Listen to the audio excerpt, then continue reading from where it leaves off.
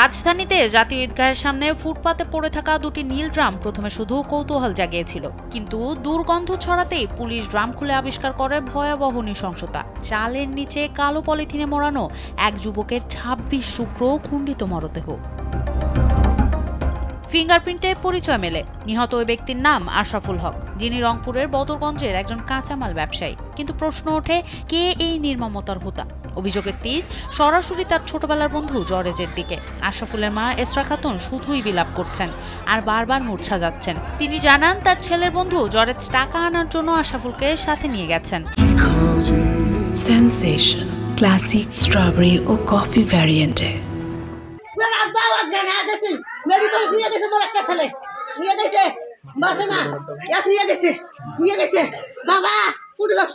জরেজ সম্প্রতি মালয়েশিয়া থেকে ফিরেছেন এবং জাপানে যাওয়ার জন্য বন্ধুর কাছে মোটা অঙ্কের টাকা ধার চেয়েছিলেন।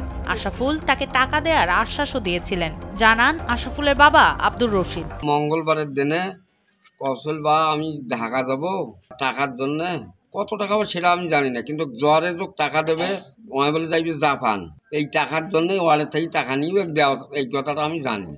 বা যাবো এত রাত, সে সময় ৯টা বাজছে, কলবা আমার কিছু হবে না, আপনি দোয়া করেন।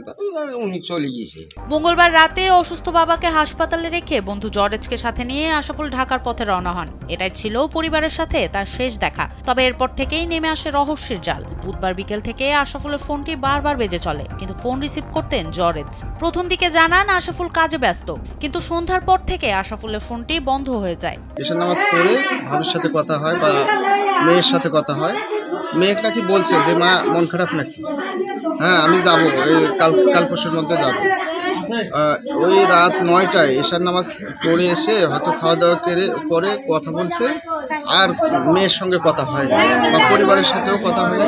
ভাবি বারবার চেষ্টা করছে যোগাযোগ করার জন্য, কিন্তু ফোনে কল হয়, রিং হয়, কিন্তু ফোন ধরে। বৃহস্পতিবার দুপুরে আশরাফুলের স্ত্রী জরেজের বাড়িতে খোঁজ নিতে গেলে জরেজের স্ত্রী নিশ্চিত করেন তারা একসাথে আছেন। এর কিছুক্ষণ পরই জরেজ ফোন রিসিভ করে স্ত্রীকে জানান, ফোন আমার কাছে রেখে আশরাফুল বাইরে গেছে, কিন্তু সে কোথায় তিনি জানেন না। বন্ধুর এই অবিশ্বাস্য দাবি এবং এর কয়েক ঘন্টার মধ্যেই জাতীয় ঈদগাহের পাশে খণ্ডিত মরদেহ উদ্ধারের ঘটনাটি এক নির্মম বিশ্বাসঘাতকতার ইঙ্গিত দেয়। বদরগঞ্জ থানার ভারপ্রাপ্ত কর্মকর্তা এ.কে.এম. আতিকুর রহমান বলেন, নিহতের বড় বোন ঢাকায় থাকেন। এছাড়া তার স্ত্রীর ভাই ঢাকায় যাবেন। দুজনের যে কেউ শাহবাগ থানায় মামলা করতে পারেন। মামলা করবে সম্ভবত যে মারা গেছে ওর একটা বোন ঢাকায় আছে, অথবা আমরা জিজ্ঞেস করলাম তো ওর হলো সম্বন্ধে যেটা বলে বউয়ের বড় ভাইকে সম্বন্ধে বলেন না আপনারা, উনি মনে হয় ঢাকায় যাবে, যে কেউ একজন করতে পারবে, সমস্যা নেই। রংপুর থেকে ঢাকায় যাওয়া ওই যাত্রাপথে কি ঘটেছিল তা নিয়ে চলছে তোলপাড়। গ্রামের শান্ত ছেলেটির এমন পরিণতিতে গোপালপুর গ্রাম শোকের মাতমে ভারী হয়ে উঠেছে। সনম সিদ্দিকী, কালবেলা।